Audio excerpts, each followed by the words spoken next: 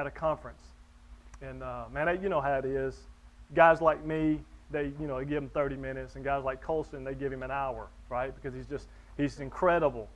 Everybody knows him. It was just one of those deals, and there was such anticipation at the conference. Had all this stuff. He was closing out. The very last thing, Colson walks on the stage, and his talk lasted 5 minutes. And he walked up to it, just real deliberate, and he walked to the microphone, and he just scanned the crowd. And he said, "You know what's wrong with American Christianity?" And he just let it be paused. He said, "I want you guys to know something. The majority of lieutenants in World War II came home in body bags." He said, "You know why?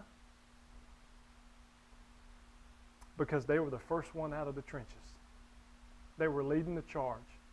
They knew what had to be done, and they were getting the job done, which means they took the shrapnel, they took the first shots, they took the first beatings. That's why the majority of our lieutenants came home in a body bag." And then he paused and he said, "You know what's wrong with American Christianity? We've lost our lieutenants.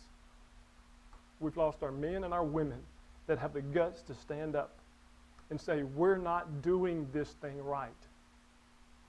You see, guys, we need to be making disciples of our people. That's the call of God on our life. As an individual and as a person who's been called in your church as a local staff member, as a church planter, or whatever it is that you're doing, you've got to make disciples, and you've got to figure this thing out. You can't take this model and go dump it in your church. Part of the process of you being where God wants you to be is you got to struggle. You got to fight with it. You got to get angry. You got to get frustrated with it. And you got to say, "Lord, I can't do this. I need you." And in that moment, when you're on your face before the Lord, He's going to do the same thing that He did with me on that whiteboard when it was just like this aha moment. He's going to help you figure out how to implement something at your church that makes a difference for eternity. And that's my prayer for you.